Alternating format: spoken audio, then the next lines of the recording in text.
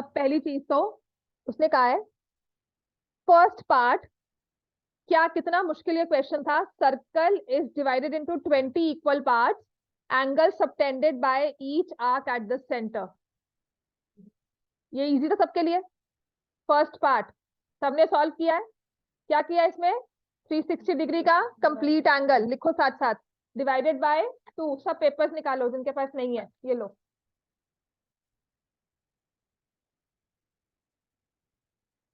और कौन एब्सेंट था? तो 360 डिवाइडेड बाय 20 करेंगे, और कल ये पेपर पूरा सॉल्व चाहिए। कल या परसों में जब भी आपकी क्लास होती है, ये प्रॉपरली पेपर सॉल्व होगा। और मैं साथ ही कोऑर्डिनेटर स्टार्ट करवा दूंगी आपको नेक्स्ट चैप्टर, और उसके बाद से आप लगा लो आपका ओवरऑल सिलेबस मैं रिवाइज करवा चुकी हूँ कंप्लीट। अब आपके सीरीज ऑफ टेस्ट ही होंगे। एक दिन एक टेस्ट, उसको डिस्कस किया आपने, सॉल्व करके मुझे सबमिट किया, दोबारा से एक बार स्कूल यहाँ पर किया, फिर सबमिट दिया, एंड देन और इन बिटवीन अगर मुझे कोई एक्स्ट्रा क्वेश्चंस करवाने हैं तो वो मैं आपका डे फिक्स कर लूंगी कि इस दिन टेस्ट मिलेंगे। हफ्ते में 2 या 3 टेस्ट तो होंगे, 6 डेज अ वीक है, तो कम से कम 2 टेस्ट तो मानकर चलो होंगे आपके। ठीक है, जब तक आपके एग्जाम्स नहीं होते तो प्लीज स्टे रेगुलर। टेस्ट चाहे पढ़ो चाहे ना पढ़ो, पर देने जरूर आओ। देने आओगे समझ में आएगा कि क्या नहीं आता, राइट। पढ़ना क्या है वो क्लियर हो जाएगा। फर्स्ट पार्ट क्लियर हो गया। अब जो हमारा सेकंड ऑनवर्ड्स ये पार्ट थे, ये हमारे इस फिगर पे बेस थे। तो इस फिगर से मुझे समझ में क्या आ रहा है, पहली चीज तो if I just look at this figure, तो पहली चीज तो मुझे यही समझ में आ रही है कि एक सर्कल दिया हुआ है विथ सेंटर ओ, ये सेंटर ओ दिया हुआ है। P is a point on the circle, B is a point on the circle, ये वाला एंगल, और ये 20 डिग्री है। ठीक है, सबसे पहले तो एंगल्स की पोजीशन को देखा करो, एंगल बना कैसे है। ये एंगल कैसे बना है, इसके जो एंड पॉइंट्स है, देखो वर्टेक्स तो ए है, एंड पॉइंट्स कौन से हैं इसके, बी और पी, वो कहां पर है, सर्कल पर, राइट। अब see how you solve a circle. क्यों समझ कुछ नहीं आता, याद कुछ नहीं रह रहा। पहली चीज तो आपको देखना है कि जब एक एंगल के एंड पॉइंट सर्कल पे बने हैं, तो सेंटर पे उसका कौन सा एंगल बनता है, उन्हीं एंड पॉइंट्स के साथ। और फिर दूसरी चीज, क्या किसी और सर्कल पे पॉइंट को उसने एक्सटेंड करके लिया हुआ है कि नहीं। समझ में आ गया कि ये एंगल 40 है, ये एंगल 40 है, तो इसका सेंटर पे एंगल कौन सा होगा, एंगल बीओपी। तो ये मुझे क्लियर हो जाएगा, एंगल बीओपी किसके इक्वल होगा, 80। ठीक है, मुझे निकालना क्या है, angle ABC, A B C, ये वाला एंगल निकालना है, राइट। चलो, और उसके बाद है एंगल एओसी, ये वाला एंगल निकालना है। वेल इनफ, तो ये भी बहुत इजीली निकल जाएगा। और फिर है एंगल एडीसी, ए डी कहाँ पे है, ये एडीसी, अच्छा ये भी निकल जाएगा आराम से if I have this angle. और एपीसी, ये वाला। ये 4 एंगल्स है जो मुझे निकालने हैं, ये वाला,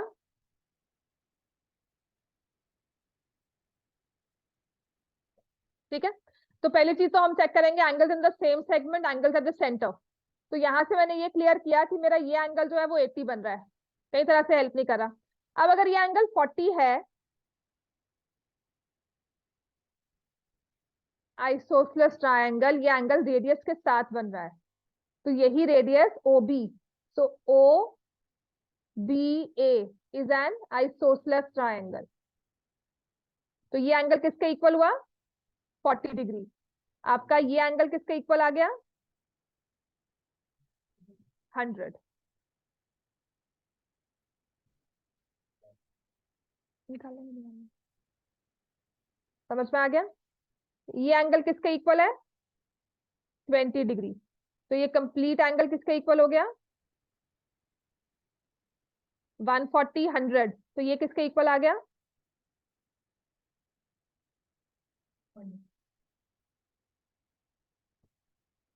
लिखो इस चीज को, मैं सॉल्व कर रही हूँ, सिर्फ देख रहे हो।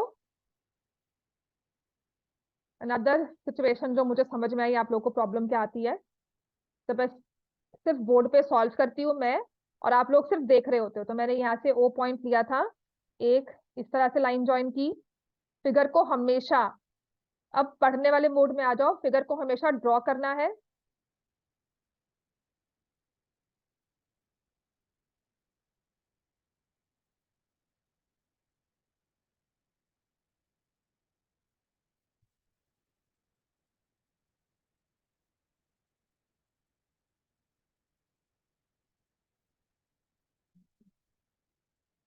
बताती हूँ।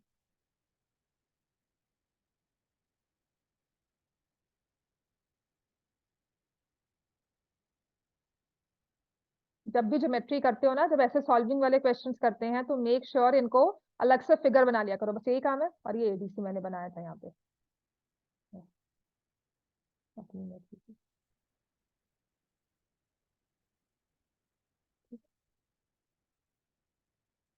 पहले मुझे दिया हुआ ये एंगल 40 डिग्री और ये एंगल 20 डिग्री। निकालने मुझे है एंगल एबीसी ये वाला, एडीसी ये वाला, एओसी ये वाला, और एपीसी, इसको पी और सी को भी ज्वाइन करना है।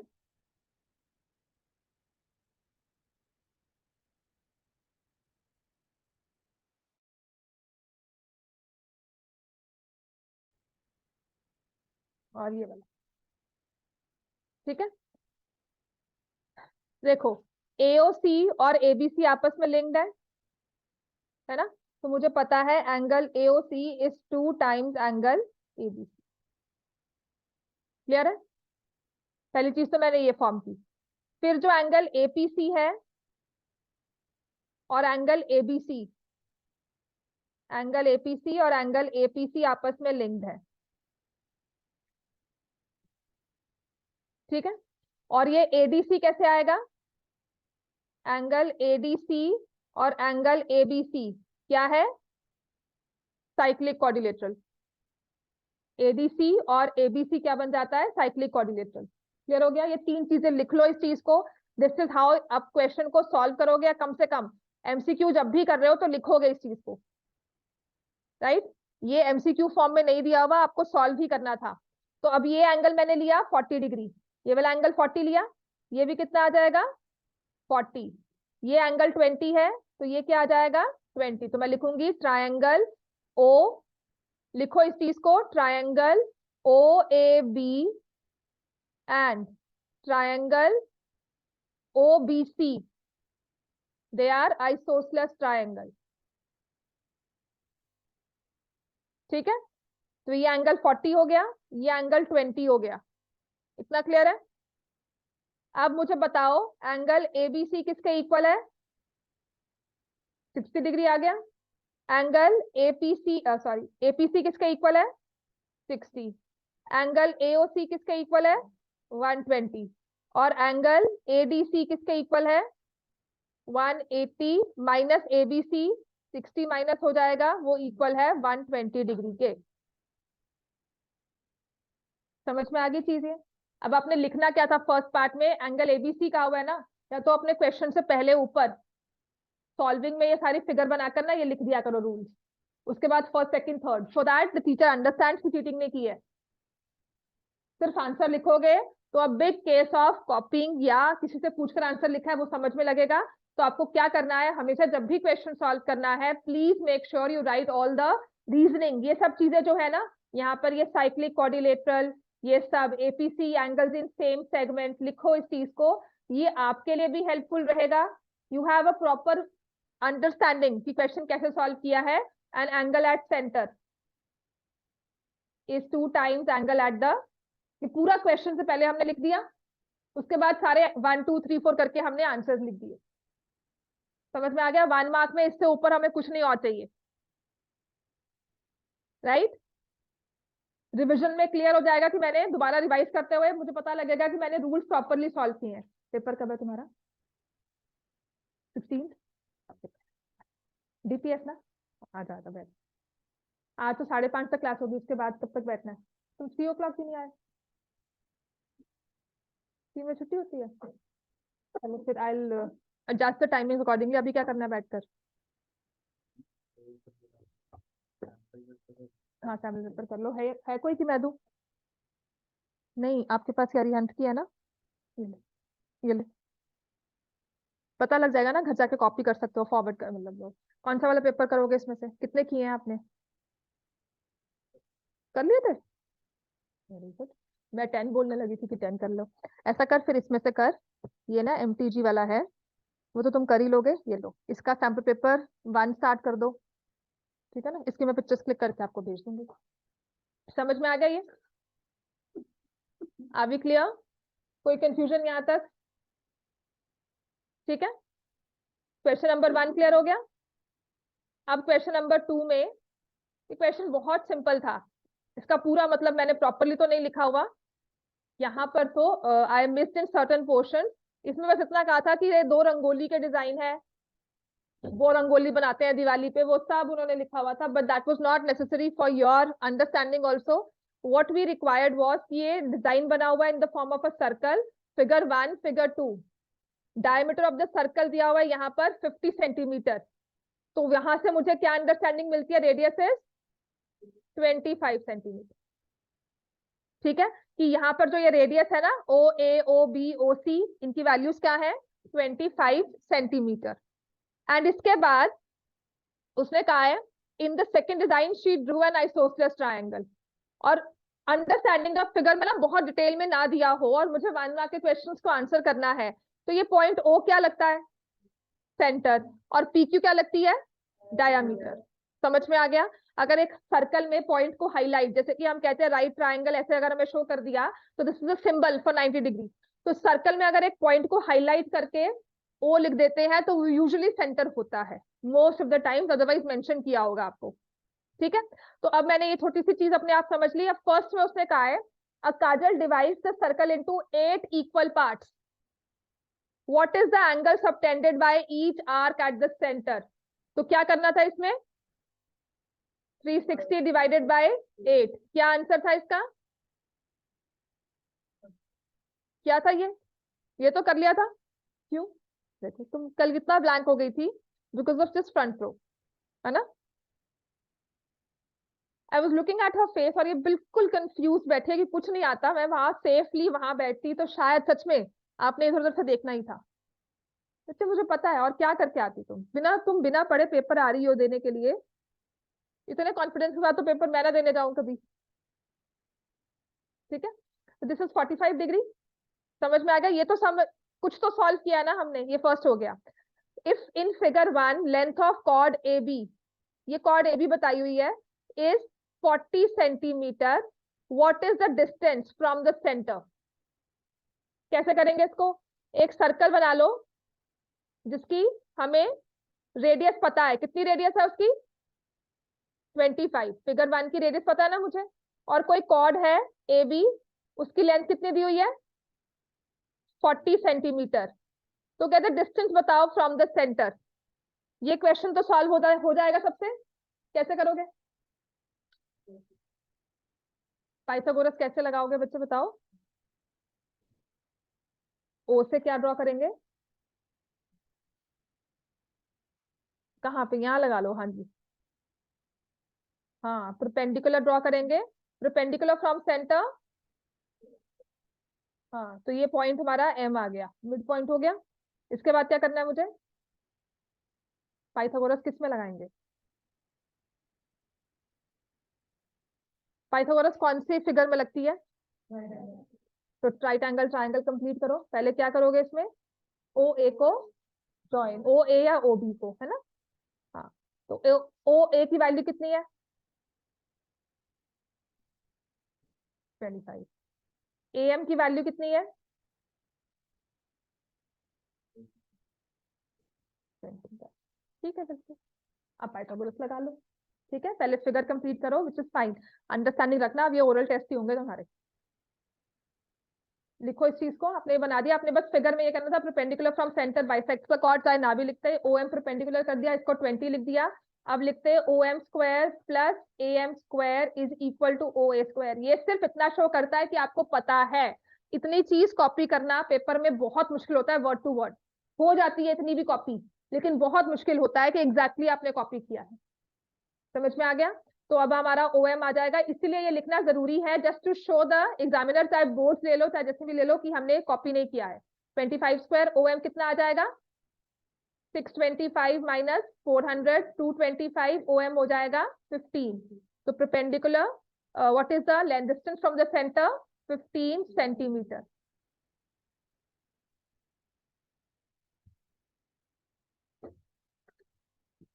दियो समय।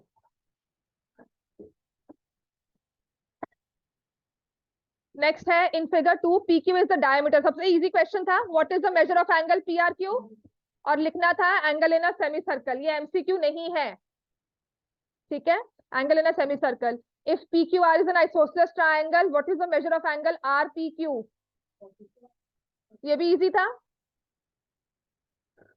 ठीक है।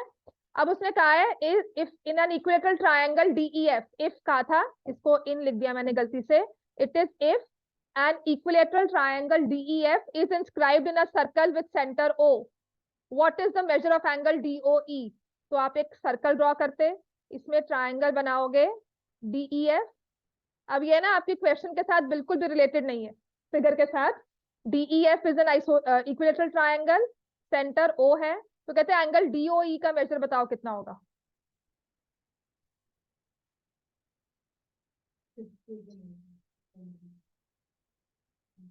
ऐसा सही है, बताओ आंसर बताओ ना। ट्रायंगल है 120, कैसे होगा, ये एंगल कितना है 60, और निकालना क्या है एंगल एट द सेंटर। तुम इधर उधर कहाँ देख रहे हो, क्या तो फिगर पे देखो, ड्रॉ किया फिगर तुमने, कहाँ ड्रॉ किया, ये वाला सर्कल, ये वाला जो मैंने अभी बनाया ट्रायंगल का, क्यों नहीं बनाया। मैंने सच में निकालना शुरू कर देना, इधर उधर तुम देखते रहो, तुम बाहर जाके बैठो।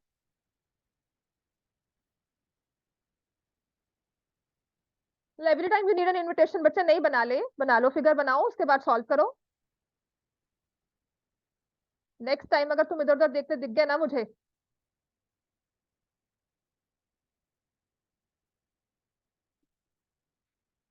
कोई बात। Triangle DEF is an equilateral triangle, ये 60 डिग्री है, तो ये सेंटर वाला एंगल क्या हो जाएगा 120 डिग्री। तुम नहीं गए, what is the measure of angle DOE 120 degree, ठीक है, क्लियर हो गया बच्चे। ये सारे क्वेश्चंस अगर इजी नहीं थे तो सारे मुश्किल भी नहीं थे। And next time if I see everyone keeping here and there, उसकी फिगर नहीं बनी हुई, सच में कह रही हूँ, मैं क्लास से तो उसी टाइम बाहर निकालूंगी। ये लास्ट एंड फाइनल वार्निंग ले लो, उसके बाद मैंने बाहर ही निकालना है और मैंने एंटर करने नहीं देना। फिर आप हमें कहते हो मैम मार्क्स नहीं आ रहे, समझ नहीं आ रहा, जब हम खुद ही नहीं एफर्ट्स कर रहे हैं तो कहाँ मार्क्स आएंगे।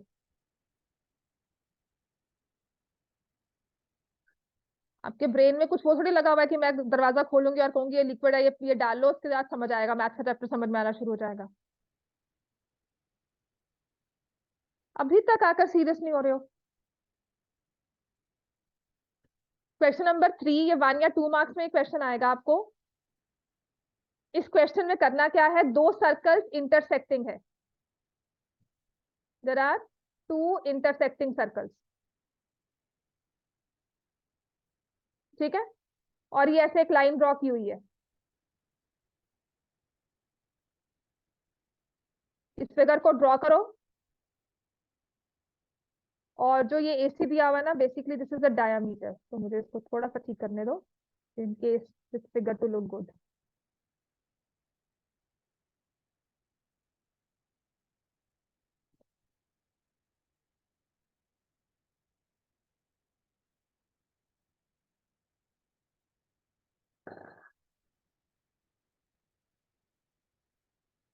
ठीक है, तो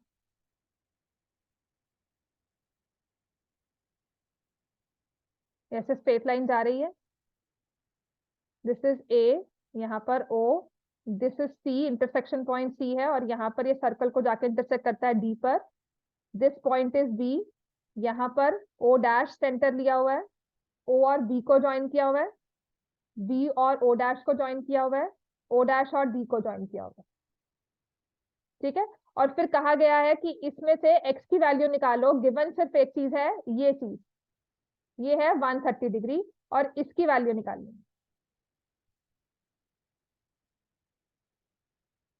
ये एंगल कहाँ बना हुआ है, सेंटर पे, और सेंटर वाले एंगल का रूल क्या होता है, angle eight the centre is 2 times angle at the circle. तो इस एंगल का सर्कल पे एंगल जाकर बनेगा अगर, तो ये ए सी गया, सी से मुझे किसको ज्वाइन करना चाहिए, उसका दूसरा एंड पॉइंट क्या होगा बी, तो मैंने BC को ज्वाइन कर दिया।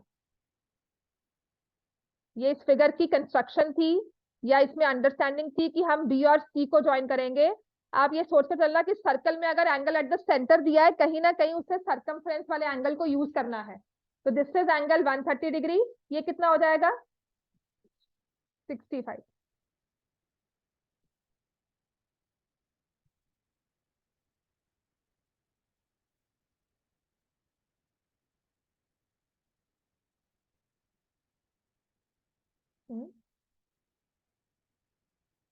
DC DCB, हाँ जी, ये कितना हो जाएगा?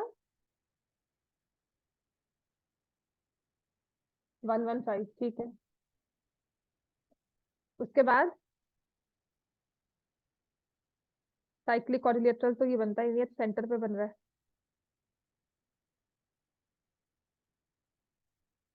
हाँ, X130 की ये एंगल एट द सर्कल है, इसका सेंटर वाला एंगल क्या होगा? ये समझ में आ गया? साइक्लिक क्वाड्रिलेटरल नहीं लेना इसमें। ये 115 था, तो इसका रिफ्लेक्स एंगल हो जाएगा ये वाला। गलत होता है तभी ये क्वेश्चन है। यहाँ पर कितना आ जाएगा? ये 230। तो x की वैल्यू क्या हो जाएगी? 360 minus 230 will be equal to 130 degree. ठीक है। अच्छा, इसका एक वे और था, इससे भी इजी अगर लेना है, ये नहीं समझ में आ रहा, क्या कर सकते थे? 115 नहीं निकाला, ये x लिया, ये 65 बन रहा है एंगल। ठीक है, तो इससे 5 इजी रहेगा। वो घूमने वाला कैसे रहेगा? बिकॉज दिस इज कॉर्ड, और ये अगर हम यहाँ पर लेके चलते हैं, बस यही रहेगा। चलो, इट्स ओके, वो टेंजेंट का रूल होता है। फाइन, चलो समझ में आ गया। ये question number 4 straight from book solve हो गया था। कंस्ट्रक्शन क्या थी इसमें? Draw perpendicular from O। ठीक है। क्वेश्चन नंबर 5, मुझे फोर्थ क्वेश्चन करके दिखाओ। चलो फोर्थ क्वेश्चन करो सॉल्व सारे।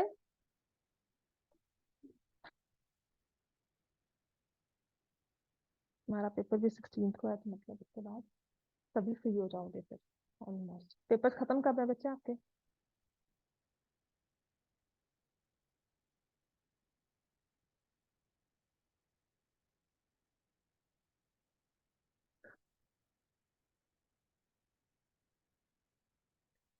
इसके बाद है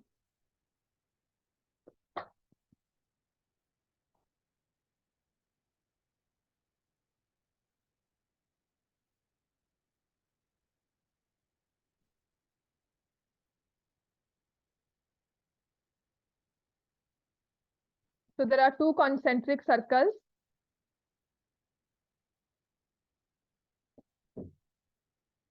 एक कॉर्ड ऐसे ज्वाइन की हुई है, A B C and D. O is the center of these two circles. Construction क्या होगी? Draw OP perpendicular to BC, या draw OP perpendicular to AD, कुछ भी लिख दो, because the 4 points are collinear points. P लिखा था यहाँ पे P। प्रूफ में क्या लिख रहे हैं? हाँ सूरज बताओ।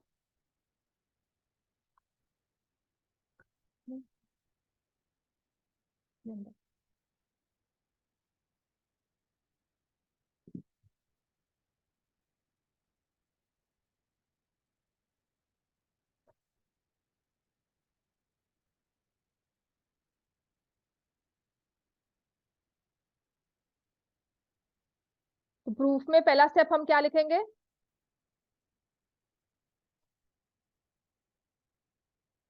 हाँ जी, सूरज बताओ, आता है? क्यों? क्यों नहीं किया हुआ?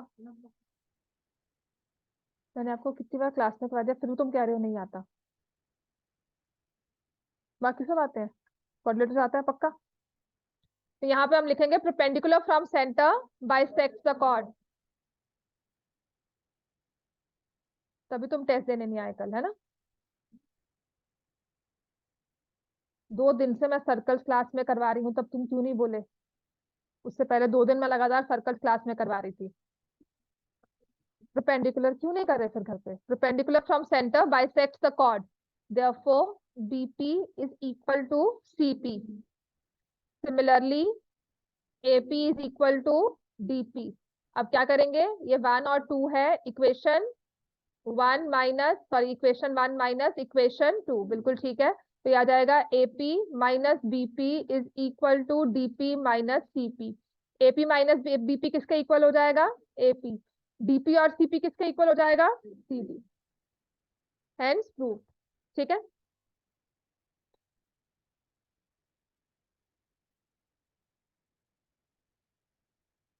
क्लियर है इतना सबको? हो गया सॉल्व? हाँ जी। किसी और को इश्यू हो गया? तुम्हें कल ये भी क्वेश्चन नहीं आता था। नेक्स्ट है अपने पास question number 5। A circle with center O, radius 13 centimeter. ABCD are two chords of length 24A. Distance between the chords is 7 centimeter. What is the value of A? एक सर्कल है,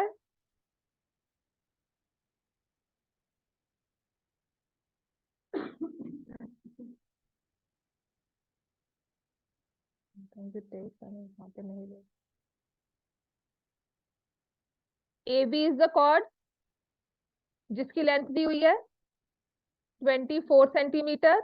CD उसने नीचे बनाकर दी हुई है, तो वो मैंने कॉर्ड ले लिया ऑफ लेंथ 8 सेंटीमीटर। रूल क्या यूज होगा इसमें?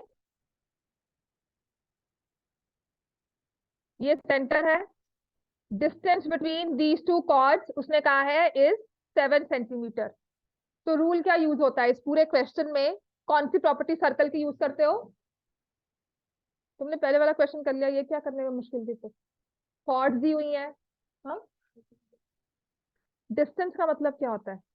कॉर्ड के बीच का डिस्टेंस अगर दिया हुआ है, तो ये डिस्टेंस दिया हुआ है। हाँ, तो ये दिया हुआ है, और डिस्टेंस यूजली होता है परपेंडिकुलर, है ना? अच्छा, फिर हम क्या करेंगे इसमें? तो ये मुझे, मैंने पॉइंट एम ले लिया और ये एन ले लिया, तो मुझे क्या करना है? Draw perpendicular from centre. ठीक है, ओ एम और O N perpendicular from centre है। एम एन की लेंथ क्या है? 7 सेंटीमीटर। अब क्या करेंगे बताओ? Perpendicular from centre bisect the chord. तो ए एम और बी एम, सी एन और D N, perpendicular from centre bisect the chord. Join OB, join OD. दोनों में पाइथागोरस लगाओगे। ओबी की लेंथ दी हुई है हमें, रेडियस कितनी दी हुई है? 13 सेंटीमीटर। तो मुझे ओ एम की लेंथ मिल जाएगी। अगर ओ एम को एक्स लिया, ओ एम को एक्स लिया, तो ओ एन कितना हो जाएगा? x+7। ओ बी है 13 सेंटीमीटर, और बी एम कितना है? टोटल ए बी की लेंथ कितनी दी हुई है? 24। Perpendicular from centre bisect the chord, तो बी एम कितना आ गया? 12। तो 13। हाँ, कैसे?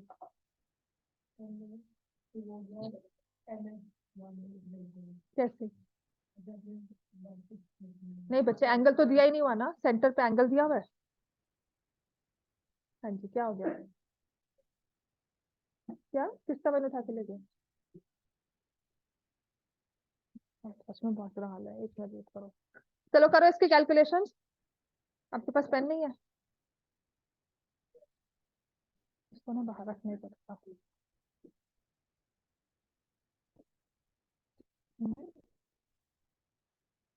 कितना करते हैं?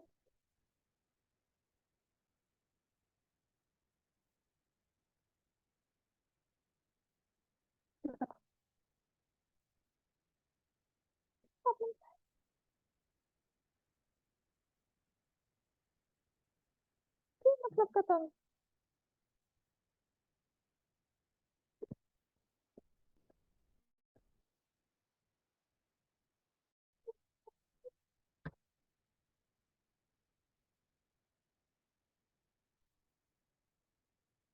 ये ले।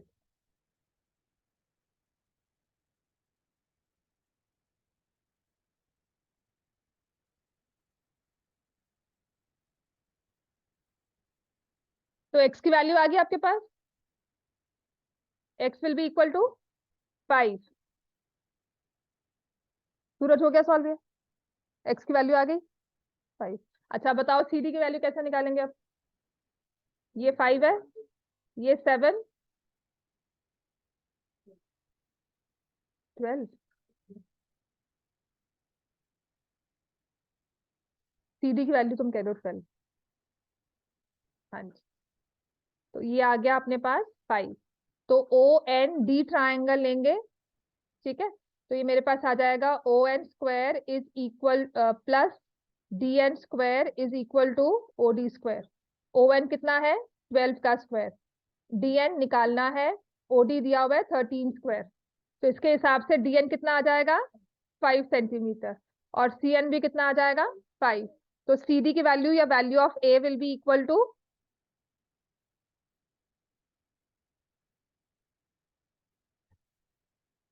Question number 6।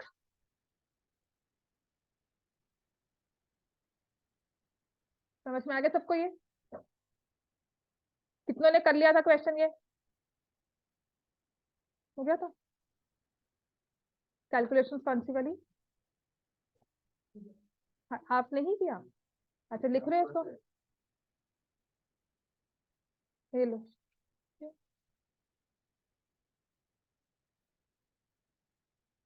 चलो 6 क्वेश्चन की फिगर ड्रॉ करो, बुक का ही है बस, एक जस्ट उसको अदर वे राउंड करके लिखा हुआ बस है, बुक का ही question.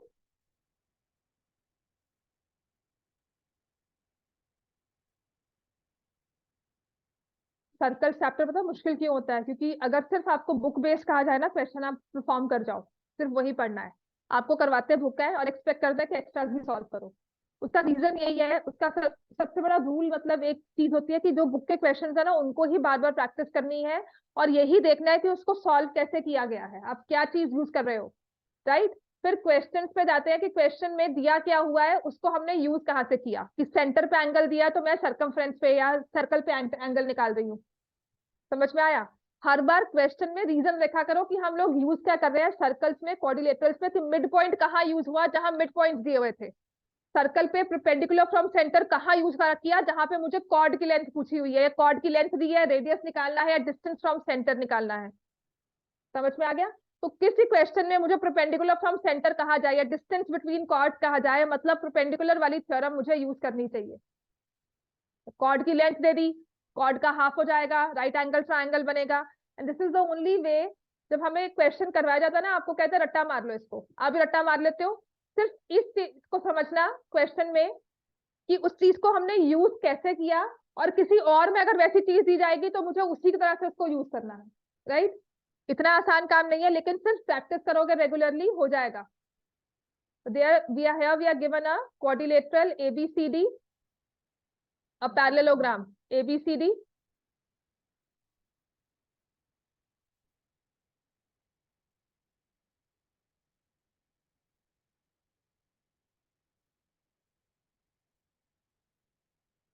C D is a parallelogram. CD को प्रोड्यूस करके पॉइंट E तक ले गए, right. Prove that AE is equal to AD। To prove AD is equal to, ये चीज मुझे प्रूव करनी है। पैरेललोग्राम दिया हुआ है, और देखो दो चीजें हैं, एक तो ये पैरेललोग्राम दिया हुआ है और एक सर्कल दिया हुआ है। सर्कल और किसी भी क्वाड्रिलेटरल का क्या रिलेशन होता है, साइक्लिक क्वाड्रेट। मतलब पहली चीज तो मैं क्या यूज करूंगी ना, these are the words I will remember, कि इसमें साइक्लिक का कुछ यूज होगा, पैरेललोग्राम का यूज होगा, कुछ नहीं बस नॉर्मली प्रूव हो जाएगा, ठीक है। पैरेललोग्राम का कुछ यूज होगा। पैरेललोग्राम में क्या प्रॉपर्टीज है, AE और ED को इक्वल करना है। तो मतलब मुझे इस चीज को, ये आपने ट्रेपीजियम में भी क्वेश्चन किए हुए हैं, मुझे क्या करना चाहिए इसमें, एंगल E और एंगल D को इक्वल प्रूव करना चाहिए, है ना। तो अब मैं इन दोनों एंगल्स की अगर बात करती हूँ, एक ये साइक्लिक क्वाड्रिलेटरल में है और ये पैरेललोग्राम से कुछ लिंक रखता है, राइट। तो पहली चीज तो मैं लेती हूँ ABCD इज अ पैरेललोग्राम। तो इसके साथ मैं क्या लूंगी जो मेरा क्वेश्चन सॉल्व होगा?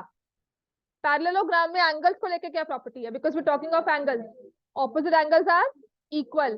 तो can I say this angle 1 is equal to angle 2, angle 1 is equal to angle 2, opposite angles are equal. तो ये अब आपकी क्वाड्रिलेटरल्स वाला चैप्टर था ना, उसका भी कुछ ना कुछ पार्ट यूज कर रहा है, ठीक है। और ये एंगल 3 है और ये एंगल 4 है। एंगल 1 और 3 में क्या लिंक है? एंगल 1 और 3 क्या है? 180 डिग्री। क्यों 180 डिग्री है?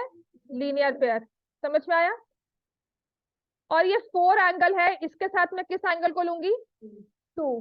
क्यों? Angle 2 plus angle 4 180, opposite angles of cyclic quadrilateral. समझ में आ गया?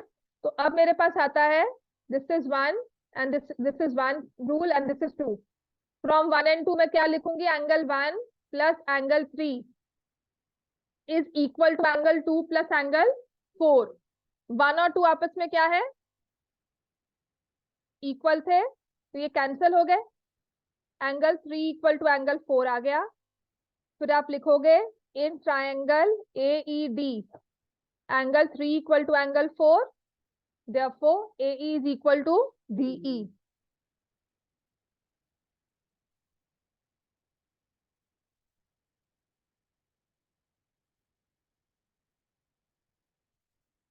ये क्वेश्चन सॉल्व हुआ था?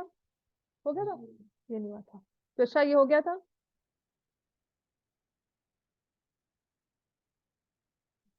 कायशा ये हुआ था। एंगल AC को ज्वाइन कर दिया।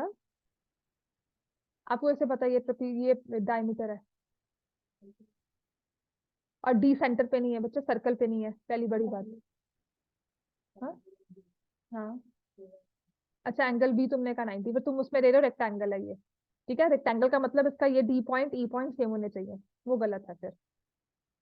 देखना हर पैरेललोग्राम के अराउंड सर्कल नहीं बनता, एक चीज याद रखना। देखो पैरेललोग्राम, हर एक पैरेललोग्राम के अराउंड सर्कल नहीं बनता, लेकिन अगर एक पैरेललोग्राम के अराउंड सर्कल बन गया ना, तो या तो वो रोम्बस है या फिर वो रेक्टेंगल है। स्क्वायर तो ऑफ कोर्स होता ही है। समझ में आ गया? हर एक पैरेललोग्राम के वर्टिसेस सर्कल पे नहीं होते, ऐसे ही हर एक रोम्बस के भी नहीं होते। रोम्बस में भी जब स्क्वायर बनेगा तभी आएगा वो, because of its placement, because of its angle. समझ में आ गई ये चीज? तो थोड़ा सा ध्यान रखना, हाँ वो गलत हो जाएगी। लेकिन बहुत सिंपल था और आपके क्वाड्रिलेटरल चैप्टर से लिंक था, तभी मैंने आपको दिया था। Plus you said this is obviously a part of your book का ही क्वेश्चन है, उसी का बस ये अदर वे अराउंड करके लिखा हुआ है, ठीक है। क्वेश्चन वही है, बस उसको थोड़ा सा चेंज कर दिया। मेरी बुक उससे पहले में है किसी के पास एनसीईआरटी? बताओ कौन सा क्वेश्चन है उसका। ये आपका एग्जाम्पल था, 10.5 का होगा।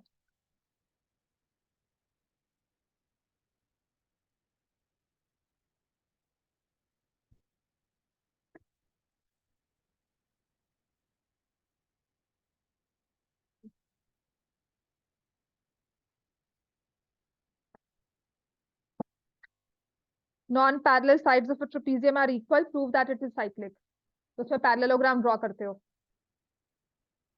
क्वेश्चन नंबर 8 जो दिया हुआ है ना, ये उसका रिफाइंड वर्जन है, उसमें कंस्ट्रक्शन करते थे। यहाँ पर आपको ये चीज नहीं दी थी, ये कंस्ट्रक्शन था आपका कि construct a parallelogram, then you say non parallel sides are equal. ये ट्रेपीज, ये पैरेललोग्राम है तो ये भी इक्वल हो गया, दीज टू आर इक्वल। समझ में आ गया? और यहाँ नहीं नहीं, क्वेश्चन नंबर 5 का क्वेश्चन नंबर 8 हो गया, और बस यही होगा बच्चे, कोऑर्डिनेटर्स वाले चैप्टर का होगा क्वेश्चन। 8.1 का क्वेश्चन नंबर 10, 8.10 क्वेश्चन 10 है कि क्वेश्चन नंबर 12? 12 बिल्कुल ठीक है। 8.1 क्वेश्चन नंबर 12, ठीक है। ये लो, क्वेश्चन नंबर 7 जो है ये बुक का एग्जाम्पल नंबर 6 था, एक दिन पहले करवाया भी था। हाँ जी, क्वेश्चन 6 कौन सा है? क्वेश्चन 7 कौन सा है, पढ़ो। तुम तो कह रहे तुम इधर उधर कहाँ देख रहे हो, कहाँ खोए हुए कि ये है वो। नहीं, 2 मिनट क्या, बुक खोली आपने? क्यों?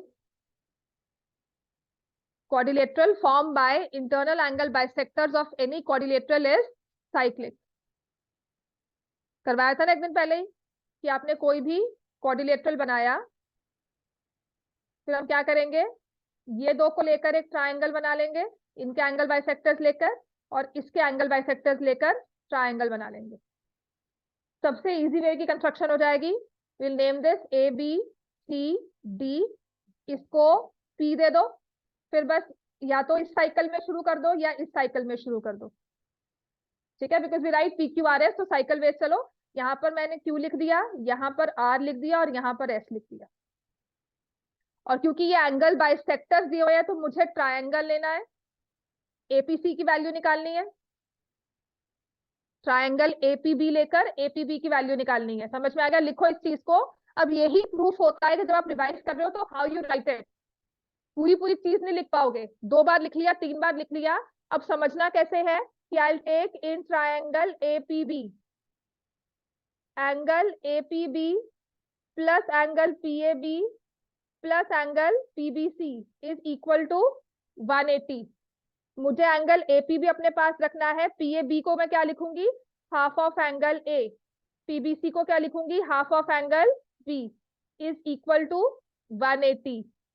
एपीबी किसके इक्वल आ जाएगा, 180 minus half of angle A plus angle B. अब सिमिलरली करके और कौन सा लेना है, कायशा बताओगी? अगर मैंने एपीडी ले लिया, मुझे इस वाले को साइक्लिक प्रूव करना है। साइक्लिक प्रूव कैसे कर सकते हैं, ऑपोजिट एंगल्स आर सप्लीमेंट्री। तो मैंने अगर एक एंगल ये लिया है तो इसके साथ वाला एंगल कौन सा बनता है, आर। ठीक है ना, तो अब मैं कौन सा ट्रायंगल लूंगी, ट्रायंगल सीआरडी। समझ में आया आदित्य?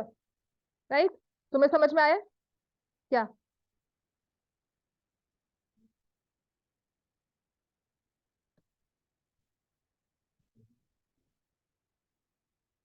इक्वेट नहीं करना, वो भी लिखते हो तो वो तो उसके बाद भी लिख सकते हो, पर हमारा मेन जो है यही चीज आएगी। ठीक है, इन ट्रायंगल सीआरडी। हाँ जी, इसके बाद क्या करना है हमें? हाँ बोलो Suraj. Angle CRD plus angle RCD plus angle DRC किसके इक्वल है, 180।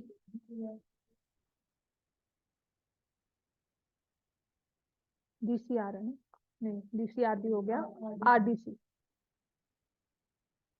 आरडीसी।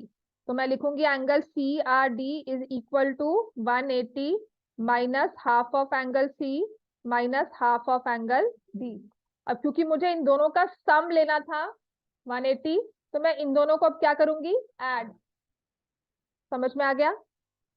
अगर किसी प्रूफ को याद करना है तो उससे देखो कि हम उसे कर क्या रहे हैं। मैं अब इन दोनों को ऐड क्यों कर रही हूँ, इक्वेट क्यों नहीं कर रही, बिकॉज मुझे इनका सम लेना है। तो angle APB plus angle CRD 180 minus half angle A plus angle B plus 180 minus half angle C plus angle D. तो इनको ऐड कर दिया, 360 माइनस हाफ लेकर कॉमन आ जाएगा, A plus B plus C plus D. हाँ जी, अब बताओ A plus B plus C plus D किसके इक्वल होगा, 360 होगा। हाँ जी, क्यों होगा सूरज बताओ या आदित्य, 360 क्यों होगा, A B C D.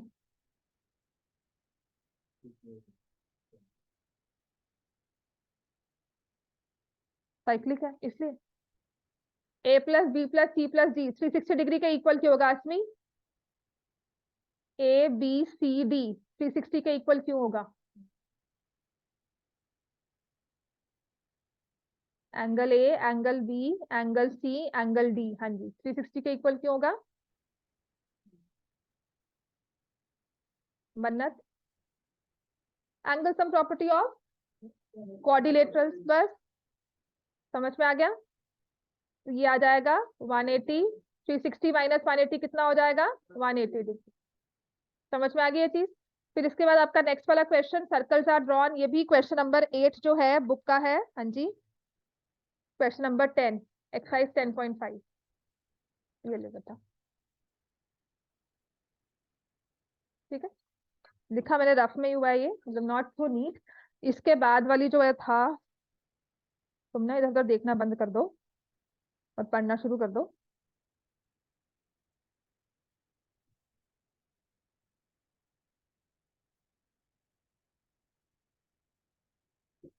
Question number 9, proof of theorem, और उसके साथ क्वेश्चन नंबर 2 को लिंक किया हुआ था। थ्योरम अगर आएगी ना आपको सर्कल्स की, इस तरह से आएगी, ये सर्कल्स आपको 5 मार्क्स में थ्योरम दे देंगे। और पैटर्न क्या चल रहा है, जो सीबीएसई का फाइनल बोर्ड पेपर भी देखो ना, मतलब वो सैंपल पेपर देखो, उन्होंने थ्योरम दी हुई है, हेंस प्रूव करके कहा हुआ है। तो इसका मतलब अगर आपको थ्योरम आ रही है ना, साथ में क्वेश्चन लिंक्ड आएगा। तो जो मैंने आपको क्वेश्चन नंबर 9 दिया था, this was theorem 10.8, theorem 10.8 plus question number 2 of exercise 10.5, ये मिक्स करके दिया था। ठीक है, अब इसके बाद आते हैं एक्सर्शन रीजनिंग क्वेश्चंस पर। लास्ट के 2 क्वेश्चन थे एक्सर्शन और रीजनिंग वाले।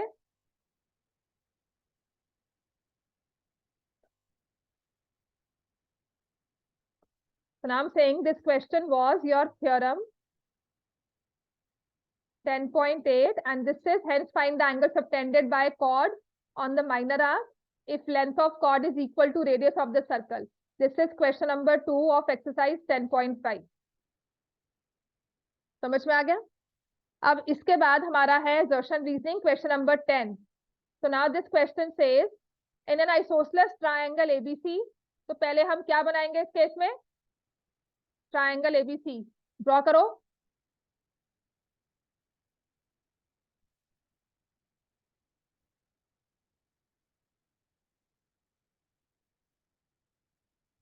इन an isosceles triangle ABC in which AB is equal to AC, तो मैंने कोई भी एक ट्राइंगल ड्रॉ किया जिसमें AB और AC आपस में इक्वल है।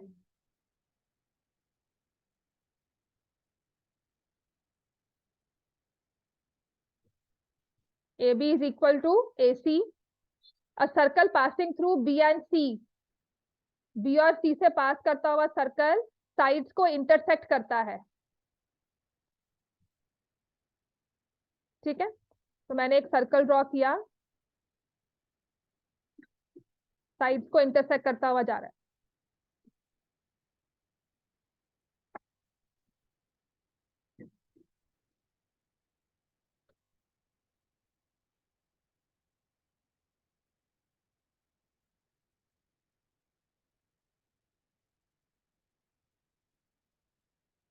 ठीक है, B और C से passing circle intersect sides eight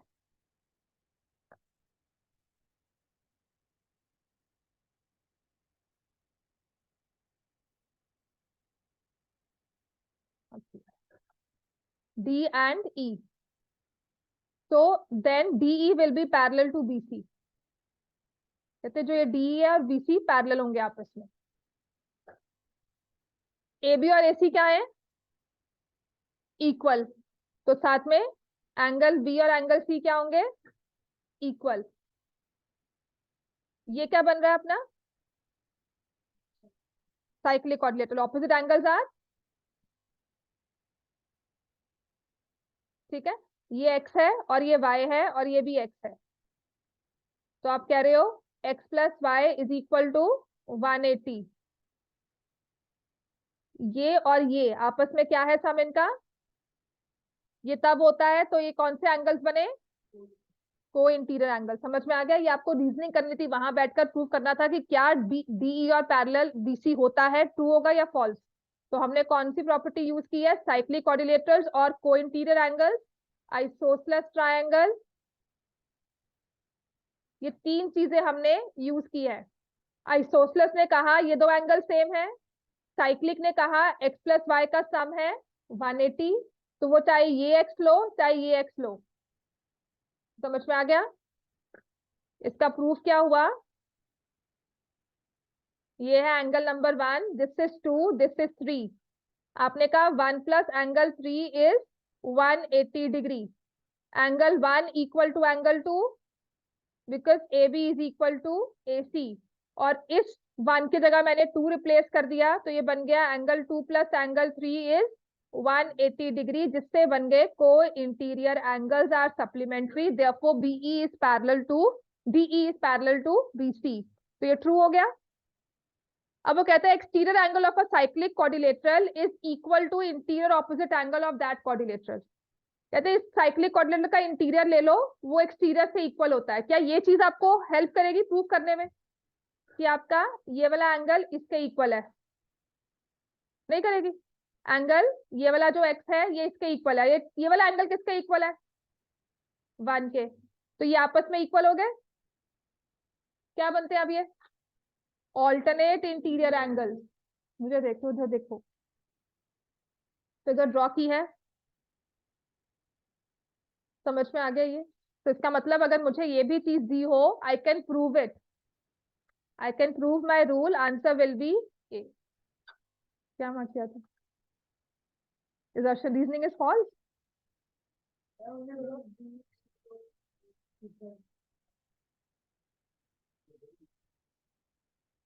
क्या बनी थी figure?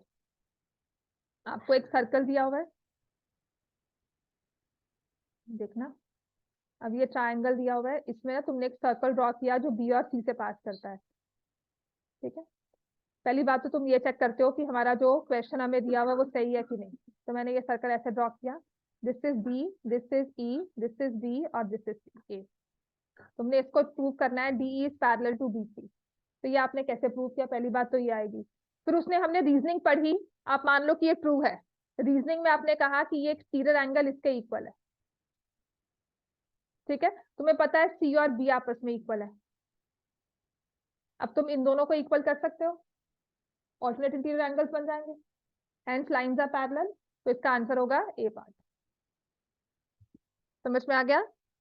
assertion is true, reason is true and reasoning explains। Reasoning अगर दी हो तो कहीं ना कहीं assertion को प्रूव कर सकते हो, सही तरह से यूज करो तो, ठीक है। अब question number 11, two equal arcs on a circle can not be said as major arc और माइनर आर्क। ट्रू है फॉल्स? अगर इक्वल आर्क्स होती हैं तो उनको क्या बोलते हैं? सेमी सर्कल, ठीक है। Two equal arcs on a circle can not be said as major arc minor arc. वैसे इक्वल आर्क का मतलब हमने पूरे सर्कल को थोड़ा ना डिवाइड किया है। अगर मैंने ये सर्कल लिया है, इस पे 2 इक्वल आर्क्स ली हैं, कुछ भी हो सकती थी, तो ये आपस में सेमी सर्कल तो नहीं होते, लेकिन इनको आपस में मेजर और माइनर तो नहीं कह सकते ना। सर्कल के पूरे पोर्शंस को अगर मैंने ये वाला लिया है माइनर आर्क, तो बाकी हो जाएगा major. But out of these 2 equal arcs I can not say major कौन सा है माइनर कौन सा है। समझ में आ गया? या फिर आप सेमी सर्कल के वे से ले लो कि अगर हमने पूरे सर्कल को 2 इक्वल पार्ट्स में डिवाइड कर दिया, तो each one can not be major minor, it is right, it is a semi circle. तो ये तो ट्रू है, assertion is true। if a circle is divided into 3 equal arcs, each arc is a major arc। false होगा। Circle को 3 equal हिस्सों में divide किया, उन 3 इक्वल हर एक हिस्से को हम मेजर आर्क नहीं बोल सकते। समझ में आ गया? क्योंकि इक्वल आर्क्स है, कोई छोटी बड़ी नहीं है आपस में। और क्या रीजनिंग होगी? और तो कुछ नहीं है, राइट। हाँ जी, कितने आते थे कितने नहीं आते थे इसमें?